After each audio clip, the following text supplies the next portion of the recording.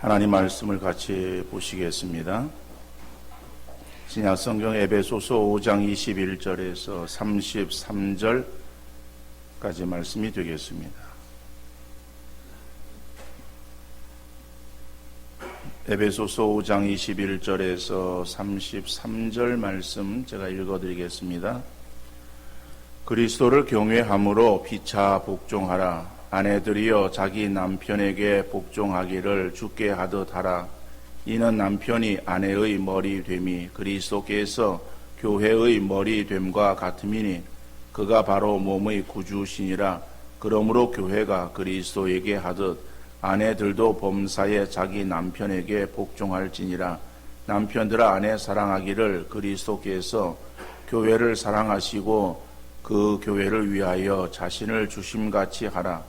이는 곧 물로 씻어 말씀으로 깨끗하게 하사 거룩하게 하시고 자기 앞에 영광스러운 교회로 세우사 티나 주름 잡힌 것이나 이런 것들이 없이 거룩하고 흠이 없게 하려 하심이라.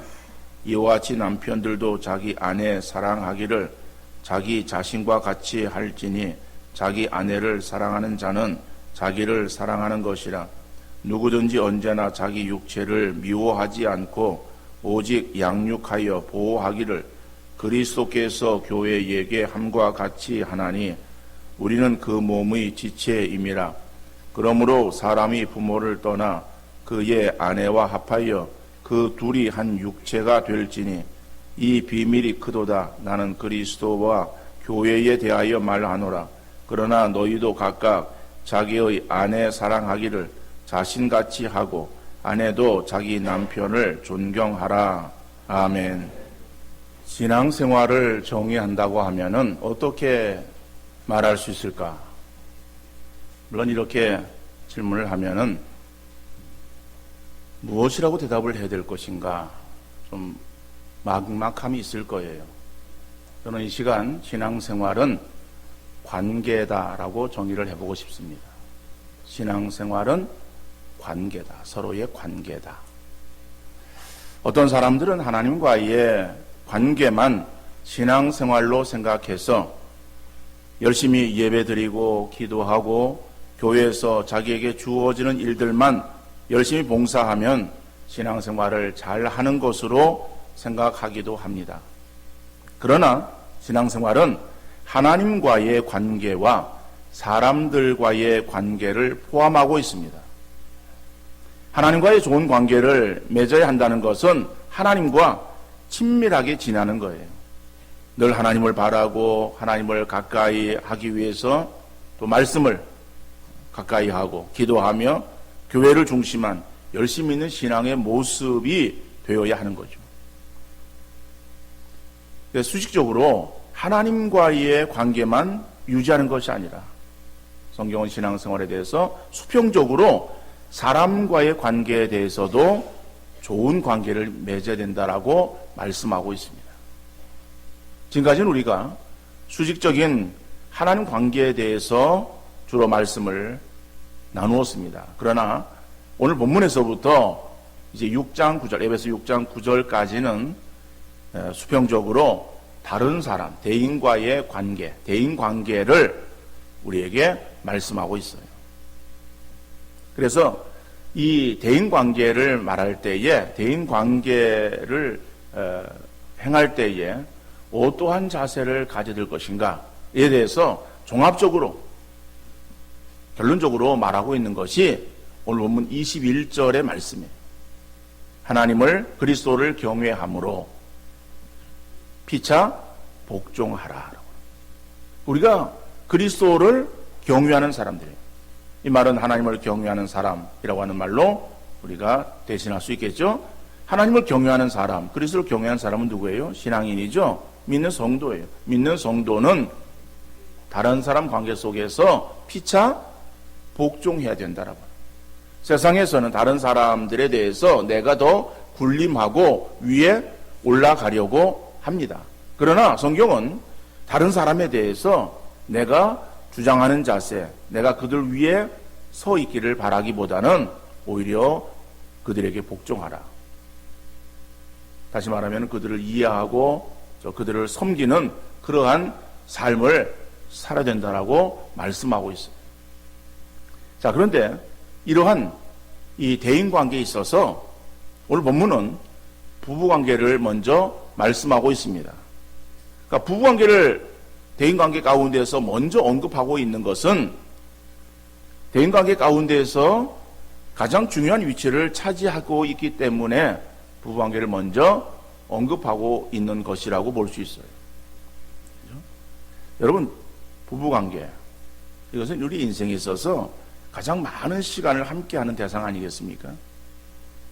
요즘에 결혼 적령기가 좀 늦어져서 다릅니다만은 어떤간에 20, 30년의 시간은 자녀들이 부모와 보내는 거예요. 부모 슬하에서 함께 부모와 지납니다. 그래서 결혼을 하는 거예요. 결혼을 해가지고는 누구랑 삽니까? 부부가 함께 사는 거예요. 그러니까 부부가 함께 사는 것은 이제는 평생이에요. 그러면은 그 시간이 20, 30년의 그러한 그 시간, 그리고 8, 90년, 100년의 그러한 시간을 살아가면서 함께 하는 그러한 그 기나긴 시간에 부부가 함께 하는 것이다.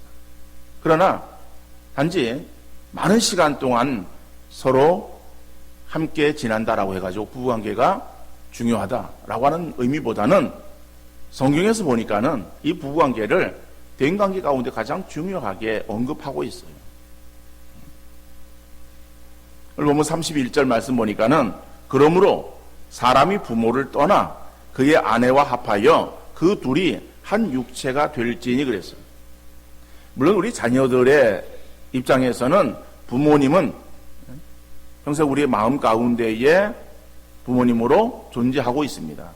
부모도 자기 자녀에 대해서 늘 잊지 못하고 마음에 두고 있어요. 이것이 부모와 자녀의 관계입니다. 그러나 오늘 31절에서는 사람이 부모를 떠나라고 하는 것은 무엇을 말하고 있습니까? 결혼을 말하는 거예요. 결혼이라고 하는 것이 무엇이냐? 결혼은 자녀가 부모를 떠나는 것이다라고 하는 거예요. 그러면은 부모 입장에서는 자녀를 결혼시킨 자녀라고 한다면은 그 자녀를 떠나 보내야 되는 거예요. 근데 우리 한국 부모들은 이러한 일들을 잘 이루지를 못하는 가정들을 보게 되어집니다. 그건 부모가 잘하는 것이 아니에요. 부모가 자녀를 사랑하기 때문에 그렇다라고 말은 합니다만은 그건 진정으로 사랑하는 것이 아니다라고 하는 거예요. 진정으로 사랑하는 것은 자녀를 떠나 보내야 되는 거예요. 그리고 자녀는 부모를 떠나야 되는 거예요. 떠나 보내고 떠난다라고 하는 그 말씀은 버리라라고 하는 의미의 말씀은 아닙니다. 자녀가 부모를 버릴 수 없고 부모가 자녀를 버릴 수 없어요. 그러면은 성경에서 떠난다, 떠나 보내야 된다라고 하는 의미는 어떤 의미겠습니까? 결혼을 하면은 이제는 그 자녀가 부모를 바라보고 부모의 보호함 가운데 부모를 의지했어요. 의지했지만은 이제는 장성해서 결혼을 하면은 이제는 의지의 대상이 달라지는 거예요.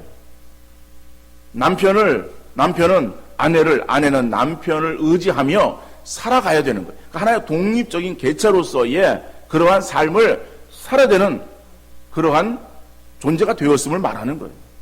그럼 부모는 이제는 그 자녀에 대해서 양육을 하고 이제는 하나의 장성한 그러한 사람이 되어서 하나의 어떠한 독립적인 개체로 보냈으면은 이제는 그들이 알아서 자기들의 삶을 행할 수 있도록 배후에서 기도하고 그저 바라보면서 그 가정을 위해서 그저 기도해 주는 것이 부모의 역할이다. 그 사사건건 가정에 개입해서 이렇게 저렇게 그리고 주도적으로 부모가 그런 모든 것을 해준다거나 아니면 결혼한 그러한 자녀들의 가정에 있어서도 독립적으로 자기들의 그 문제를 해결하지 아니하고 부모를 바라보고 부모의 도움을 받고 부모에게 손길을 자꾸만 구하고 부모를 의지하는 그러한 그 마음들을 가지고 살아간다라고 하는 것은 바람직하지 못하다라고 합니다. 그런 의미에서 떠나 보내야 되고 또 떠난다라고 하는 그러한 말씀이에요. 자, 부모를 떠났어. 그래서 결혼했으면은 그 부부가 이제는 둘이 한 육체가 된다라고 말하는 거예요. 그러니까 결혼이라고 하는 것은 굉장히 신비죠. 이제는 둘이 가정을 이루었으면은 한 몸이다라고 하는 거예요. 그래서 우리 옛 선조들은 지혜로웠습니다. 그들이 하나님 말씀을 알지는 못했겠지만은 이러한 비밀을 알고 있었어요. 그래서 부부는 무촌이라고 말하는 거예요. 성경은 어떻게 말하고 있습니까? 둘이 한 육체가 될지니 그랬어요. 그러니까 둘이 한 육체가 되는 것이 뭐예요? 촌수를 따질 수 없는 거죠. 하나인데 무슨 촌수가 있어요? 무촌이에요. 부모 자녀는 일촌이잖아요. 촌수가 있어요. 부부는 촌수가 없어. 사랑의 관계라고 하는 거예요. 자, 사랑으로 맺어진 가정이에요. 그런데 가정인데 그러면은 어떤 가정은 심지어는 부모의 그런 반대에도 불구하고 결혼을 한 가정도 있을 수 있어요. 그렇게 어떤 순간에 뭐 죽게 살기로 서로 사랑해서 가정을 이루었다라고 한다면은 그럼 가정에 싸움이 없어야 될 거 아니에요. 싸움이 없어야 되는데 결혼하고 났는데 신혼 초에 가정에 싸움이 잦아요. 왜 싸움이 잦겠어요? 바로 그것은 헤게모니 싸움. 다시 말하면은 주도권 싸움. 누가 힘을 가져야 되느냐. 그래서 결혼하기 전에 우리 남자, 신랑 되는 그런 남자 친구들 중에서 결혼한 친구들이 결혼생활에 대해 조언을 해주는 거예요. 조언하는 그러한 내용 가운데서 어떤 얘기를 하기도 하는가 하면은 결혼을 하면은 여자는 뭐예요? 초장에 잡아야 된다라고 말합니다. 초장에 잡아야 돼 라고 이야기를 하기도 합니다. 또 신부는, 여자는 또 그 친구 중에 가운데서 어떤 얘기를 합니까? 초장에 잡히면 평생 고생이야 라고 얘기를 하는 거예요. 그런데 그런 이야기를 뭐 듣던 듣지 않던 간에 어떤 결혼을 하면은 이 서로 부부 간에 결국에는 그러한 그 헤게모니 싸움이 일어나는 거예요. 주도권 싸움이 일어나는 거예요.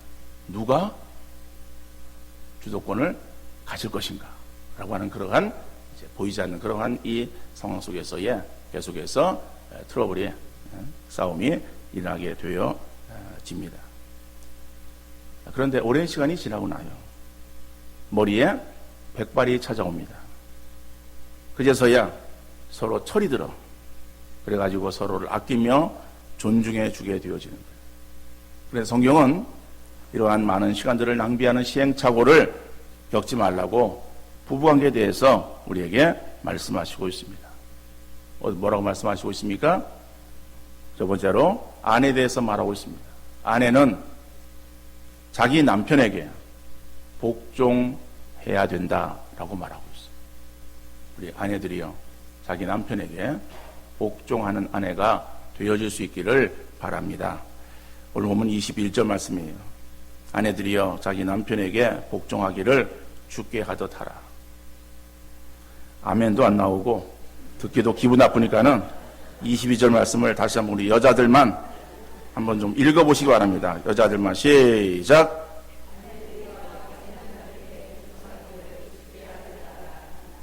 아멘. 우리 남자들은 아멘을 크게 해요. 근데 여러분, 이 복종이라고 하는 이 단어, 복종하기를 이라고 하는 그런 그 단어가 사실은 22절 말씀에는 없어요. 원문에 복종하기를 그 다음에 하라, 그 다음에 하라라고 하는 그 말이 원문 헬라어 성경에는 없어요. 근데 우리 성경에는 그 말이 들어있어. 그래서 왜 들어있는가? 라고 하면은 그 22절 말씀은 앞에 나오는 21절 말씀의 복종, 그러니까 피차 복종하라, 복종이라고 하는 그런 그 말을 받고 있어.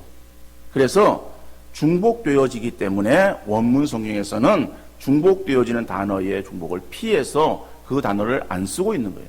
근데 우리 성경에는 그걸 의역해서, 직역한 것이 아니라 의역을 해서 매끄러운 문장으로 만들기 위해서 복종하기를 이라고 하는 단어를 재차 거기다가 사용하고 있는 거예요.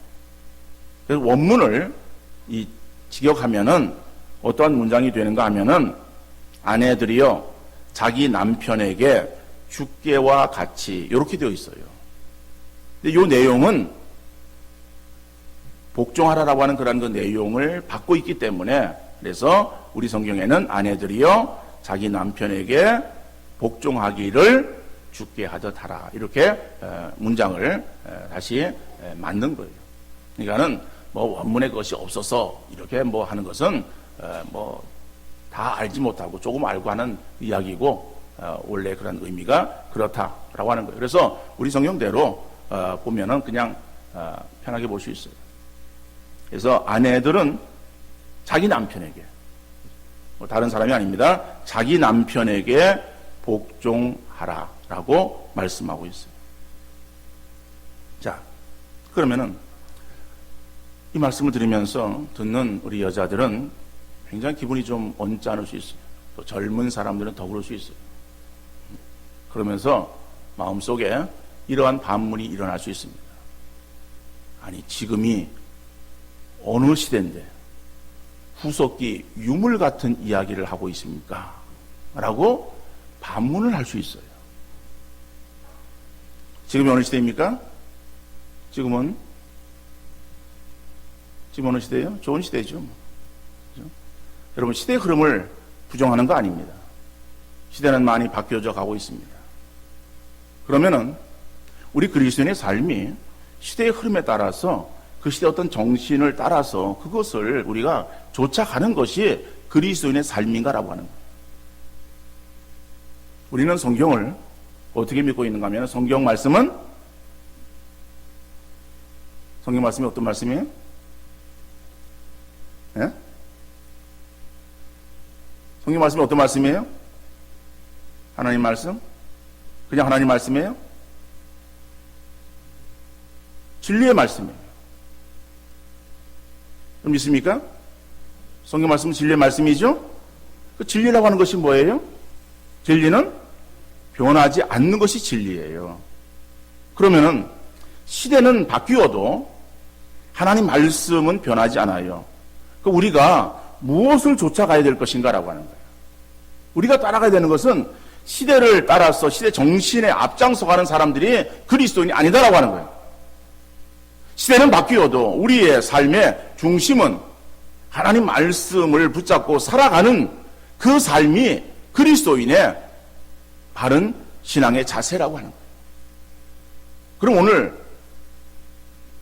다른 사람들이 어떻고 사회가 어떻고 세상이 어떻고 그러던 간에 성경 우리에게 뭐라고 말씀하고 있는가라고 하는 것을 우리가 바로 알아야 된다라고 하는 것이죠. 성경 우리에게 뭐라고 말씀하고 있습니까? 아내들이요 자기 남편에게 복종하라라고 말씀하고 있어요. 그러면은 복종이라고 하는 이러한 그 의미가 군대에서 하급자가 상급자에게 복종하듯이 복종해야 되는가? 또는 군주시대에 신하가 왕에게 복종하듯이 그렇게 복종해야 되는가? 성경이 그렇게 말씀하고 있지 않습니다. 복종하기를 주께 하듯 하라라고 말씀하고 있어요. 자, 그러면은 오늘 이 에베소서 5장에서 말씀 보면은 이 교회와 그리스도의 관계예요. 이 관계를 가정의 관계, 부부의 관계로 지금 비유해서 말하고 있습니다. 그러면은 여러분 성도가 주님을 섬기고 주님께 복종하는 것 어떠한 자세인가라고 하는 거죠. 여러분 우리가 주님께 순종하고 주의 말씀을 따르고 그렇죠? 라고 하는 그것이 우리 주님이 두렵고 무서워서 내가 신앙생활을 행하지 않으면은 하나님께서 내게 벌을 내리시고 막 진노하실까봐 두려워서 어쩔 수 없이 무서운 가운데에 벌벌 떨면서 그래서 우리가 주 앞에 나오고 예배 드리고 주님을 섬기고 주께 말씀에 순종하고 그러한 삶을 사는 것입니까? 그것이 아니죠. 우리 성도들이 주님께 순종한다라고 하는 그것은 주님을 사랑하기 때문에 그런 거예요. 주님이 우리에게 어떤 주님이십니까? 나를 사랑하셨어요. 나를 사랑하사 자기 몸을 우리를 위해서, 나를 위해서 십자가에서 내어주셨어요. 그렇게 나를 사랑하신 거예요. 자기를 희생하시면서 나를 사랑하신 거예요. 사랑하시는 구세주로만 끝났습니까? 그리고 우리를 방관하십니까? 나에게 목자가 되시사 험한 세상을 살아가는 동안에 나를 인도하시는 그 목자 되시는 주님이 나의 삶에 있어서의 여러 가지의 피로를 채우시고 때마다 일마다 나를 도우시는 은혜를 베풀어 주시는 주님이 내가 믿고 있는 주님이에요. 여러분, 우리가 예수 그리스도를 이 땅 위에서 믿어서 하나님의 자녀가 되어졌다라고 할 때 이제 우리가 세상을 살아갈 때 내 힘으로 살아가는 것 아니에요. 주의 은혜로 험한 세상에서 승리하게 하시는 주님이 나의 하나님이요 나의 주인이 되시기에 내가 그 주님을 따르는 것 아니겠습니까? 그 주님께 순종하고 그 주님을 복종하는 거예요. 그래서 우리의 신앙생활 속에서 사랑이 빠지면은 우리 행하는 모든 것들이 다 헛것이 된다라고 하는 거예요. 사랑이라고 하는 것이 굉장히 중요합니다. 우리가 주님을 섬기는 거, 우리가 두려움 가운데 주님을 섬기는 것이 아니라 주님을 사랑하기 때문에 내가 주님을 사랑합니다라고 하는 그러한 그 사랑의 고백, 그 표현이 예배로 나타나는 것이고 주의 말씀에 순종으로 나타나는 거예요. 그러니까 주님을 사랑해서 주님께 복종하듯이 우리가 남편을 사랑해서 남편에게 복종해야 된다라고 하는 거예요. 여러분, 사랑하면은 자존심 내세우지 않습니다. 사랑하는 관계엔 자존심 내세웁니까? 자존심 안 내세워요. 여러분, 아버지가 어린 아들과 씨름을 합니다. 그죠? 씨름을 이렇게 하는데, 아빠 이기기도 하고, 어떤 데는 아빠가 일부러 져줘요. 그죠? 져주면은 어린 아들이 자기 아빠를 이겼다고 아주 그냥 신나가지고 그래서 야 내가 아빠를 이겼다 그러고선 아주 좋아합니다. 근데 그 좋아하는 그 아들을 보면서 속상해하고 약올을 하는 그런 아빠 있습니까? 그런 아빠 없어요. 오히려 그래 야 내 아들이 아빠를 이겼어? 이걸 보니까는, 내 아들이 힘이 세네? 오히려 그렇게, 그죠? 기뻐하면서 아들의 길을 살려주는 거예요. 힘이 없어지는 거 아니죠? 사랑하기 때문에 져주는 거예요. 그리고 아들이 승리의 환호성을 지르는 것을 박수쳐주는 거예요. 엄마는 아들을 이깁니까? 그죠? 아들을 엄마가 죽게 살기로 아들하고선 싸우면은 이기지 않겠어요? 아줌마들의 힘이 얼마나 강합니까? 다 이길 수 있어요. 그런데 자식 이기는 부모 있어요? 자식 이기는 부모 없어요.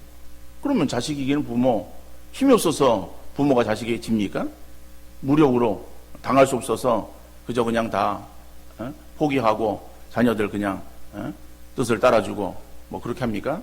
아니에요. 사랑하기 때문에. 자식 이기는 부모 없듯이. 여러분, 아내들이요. 자기 남편에 대해서 집에 큰아들로 생각하시고 아들을 사랑해서 저주는 우리 아내들이 되어줄 수 있기를 바랍니다.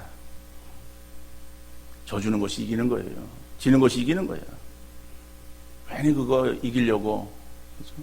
서로 자존심 내세우고 싸우면요. 가정의 평안이 깨지는 거예요. 그리고 우리는 아내들은 하나님 말씀을 지켜 행하지 못하는 그러한 결과가 나오게 되는 거죠. 근데 우리가 정말 사랑해요. 사랑함으로 인해서 남편을 이해하는 거예요. 그리고 남편의 오히려 길을 세워주는 거예요. 그것은 아내가 부족해서 그런 것이 아니에요. 아내가 모자라서 그런 것이 아니에요. 남편을 사랑하기 때문에. 두 번째로는 남편들은 자기 아내를 자신을 사랑함같이 하라고 말씀하고 있습니다. 오늘 본문 28절 말씀입니다. 이와 같이 남편들도 자기 아내 사랑하기를 자기 자신과 같이 할지니 자기 아내를 사랑하는 자는 자기를 사랑하는 것이라. 우리 남편들이요, 자기 아내를 자신을 사랑하듯 사랑할 수 있기를 바랍니다. 기분 나쁘죠? 그런데 자기 몸을 사랑하듯 사랑해라라고 하면 사람에 따라 좀 차이가 있을 수 있어요. 어떤 사람은 자기 몸을 굉장히 끔찍히 아끼고 보호하는 사람도 있어요. 어떤 사람은 자기 몸에 대해서 그냥 좀 이렇게 좀 버려두는 사람도 있어요. 별로 신경 안 쓰는 사람도 있어요. 그렇다 한다면은 아내 사랑에 대해서 좀 이게 차이가 있을 수 있잖아요. 그래서 성경은 또 뭐라고 말씀하고 있습니까? 그리스도께서 교회를 사랑함과 같이 하라라고 말씀합니다. 오늘 본문 25절 말씀입니다. 자, 우리 25절 한번 남자도 한번 읽어봅시다. 우리 남편들만. 자, 시작.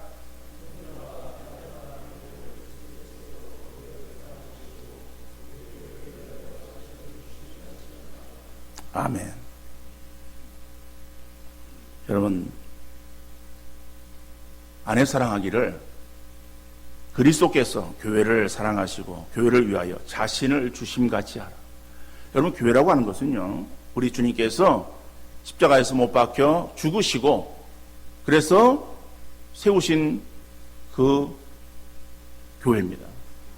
그러니까 교회는 예수 그리스도의 피값으로 세워진 교회예요.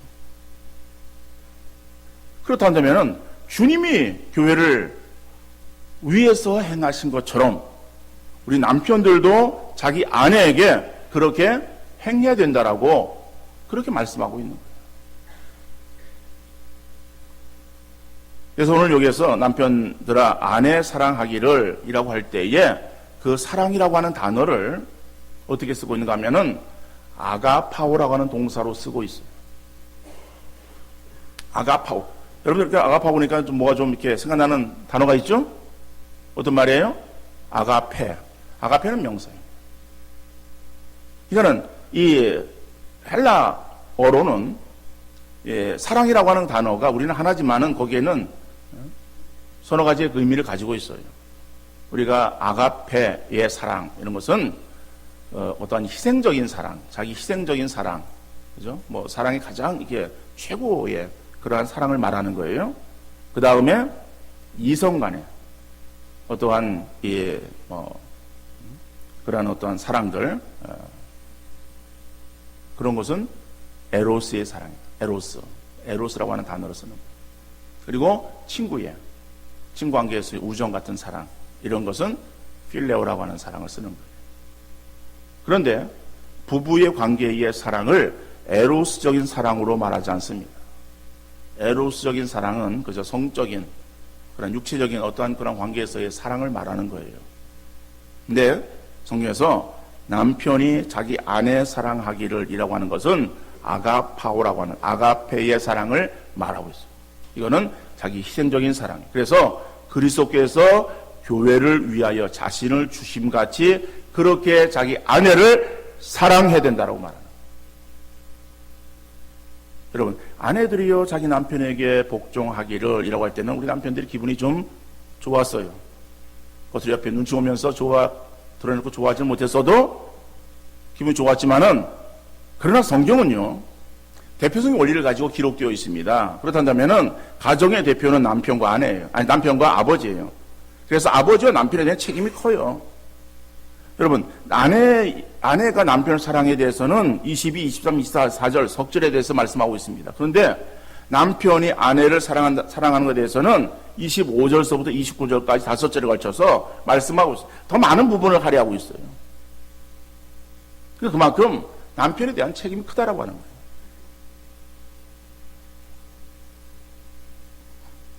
그런데 이 교훈이 이렇게 하는 그런 그 말이 이 성경에 기록되어질 당시에는 굉장히 파격적인 그러한 내용이었어요. 왜 그런가 하면은 그 당시에는 여성의 지위가 굉장히 낮았습니다. 그래서 가정에서 이 폭력을 당하거나 아니면 무관심의 희생물이 되기가 일쑤였어요. 그것이 비일비재했어요. 그러한 사회예요. 그러한 사회 속에서 성경은 뭐라고 말씀하는가 하면은 남편 보고 아내를 사랑하는데 자기 희생적인 사랑으로 아내를 사랑하라. 자기 몸을 사랑하듯이 아내를 사랑하라. 이렇게 말하고 있는 거예요. 이게 엄청난 그러한 이 내용의 말씀이에요. 오늘 우리의 시대를 바라볼 때에도 이런 일들이 일어나고 있습니다.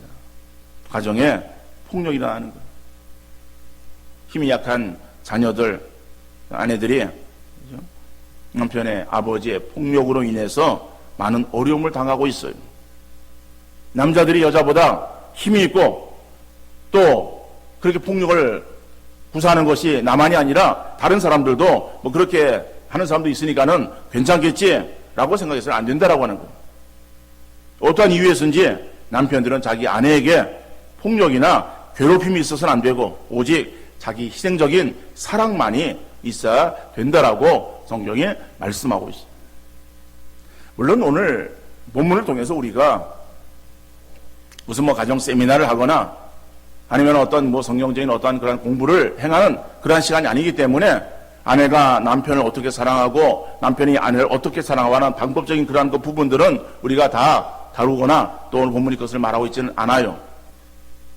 그러면 행하려면은 성경 뭐 전체를 통해서 이거저거 돼서 말씀하고 있는 내용들을 우리가 묶어서 해야 되겠지만은 오늘 본문은 우리가 가지고 하나님 말씀을 우리가 지금 전하고 듣는 시간이에요. 원론적인 그러한 그 내용의 말씀이에요. 그러니까는 남편도 아내를 사랑해서 자기 희생적인 사랑을 가지고 사랑한다라고 하는 것은 결국에 아내에게 있어서 복종하는 것을 말하는 거예요. 그래서 오늘 21절에서는 피차 복종하라라고 말합니다. 주장하는 자세가 아니에요. 사랑하는 거예요. 사랑하는 것에는 자기를 드러내는 것이 아니라 상대를 드러내는 거예요. 시대가 어떻든 다른 사람도 어떻든 간에 우리 성도들은 하나님 말씀을 준행하는 삶을 살아갈 수 있기를 간절히 바랍니다. 그러면은 오늘 본문에서는 아내들이여 믿는 자기 남편에게, 남편들아 믿는 자기 아내에게 그렇게 말씀하고 있습니까? 아니에요. 믿던 믿지 않던 자기 남편, 자기 아내를 말하는 거예요. 그러면은 여기 계신 우리 성도님들 중에서 가정의 온전한 구원이 이루어지지 못한 그러한 가운데에 아직 남편이 신앙생활을 행하지 못하고 있다. 그 남편에 대해서 어떻게 되느냐? 그 남편이 자기를 희생적인 사랑을 가지고 사랑해 주기를 바라기 이전에 우리가 먼저 그리스도인이에요. 내가 먼저 믿는 사람이 되었기에 내가 하나님 말씀을 가지고 준행하는 삶을 살아갈 수 있기를 바랍니다. 그럼 내가 먼저 정말 남편에게 사랑하고 정말 깊은 사랑으로 해서 남편을 정말 인정해 주고 남편에게 복종하는 그러한 그 모습을 보이는 거예요. 그럴 때 이제 그 남편이 달라질 수 있어요. 그 남편이 변할 수 있어요. 남편들도 마찬가지예요. 아내 사랑하기를 정말 잘하면은 그것으로 인해서 거기에서 그리스도 향기가 드러날 수 있습니다. 여러분, 가정은 하나님께 세우신 그러한 귀한 제도입니다. 인간이 만든 것이 아니에요. 하나님께서 먼저 만드셨어요. 그렇기 때문에 여러분, 가정을 귀하게 여기시는데 이미 결혼을 하고 그러니까 지나오신 분들은 어쩔 수 없어요. 그렇지만은 여러분의 자녀들을 위해서 더 기도하시기를 바랍니다. 그래서 우리의 자녀들은 이루어지는 그러한 가정이 어떤 가정이 되어야 될 것입니다. 그 가정은 믿음의 가정이 되어야 될 것입니다. 믿음의 가정이 되어서 그래서 정말 성경 말씀대로 정말 준행하는 삶을 살아가는 가정이 되어진다고 하면은 그 가정은 행복한 가정이 될 수 있는 거예요. 그러니까는 그러한 그 삶을 위해서 여러분들이 정말 자녀들의 삶을 위해서 기도하시되 믿음의 가정을 이루기 위해서 눈물로 기도하시는 우리 부모들 되어질 수 있기를 간절히 바랍니다. 그래서 아내의 사명을 감당하고 남편의 사명을 감당하고 그래서 그 가정이 정말 그리스도가 주인 되어줘서 그 주님이 그 가정을 통치하시는 그러한 그 통치에 함께 힘을 모아서 순종하고 나가는 그러한 그 가정 이루어가는 아름다운 역사 있어야 될 것이고, 혹 우리가 이미 결혼을 해서 그래서 우리 배우자가 믿지 않는 그러한 가운데 있다 할지라도, 그러나 우리가 하나님 말씀을 그 안에서 순종하기를 힘쓰는 우리 성도님들 되어질 수 있기를 간절히 바랍니다. 그래서 우리 가정들을 통해서 정말 세상과 구별되어진 그러한 가정을 만들어 갈 수 있기를 바랍니다. 신앙생활은 교회 안에서만 행하는 것이 아니에요. 신앙생활은 우리의 가정에서도 이루어져야 될 것이다. 그래서 우리의 가정을 통해서 주님의 영광이 드러나고, 그래서 향기가 드러나는 세상 사람들과 정말 구별된 귀감되어지는 그러한 복된 가정 만들어 갈 수 있기를 간절히 바랍니다. 그래서 가정을 통해서 주님의 영광이 드러나는 복된 믿음의 역사 우리 모든 가정들 속에 있어질 수 있기를 주님 이름으로 축원합니다.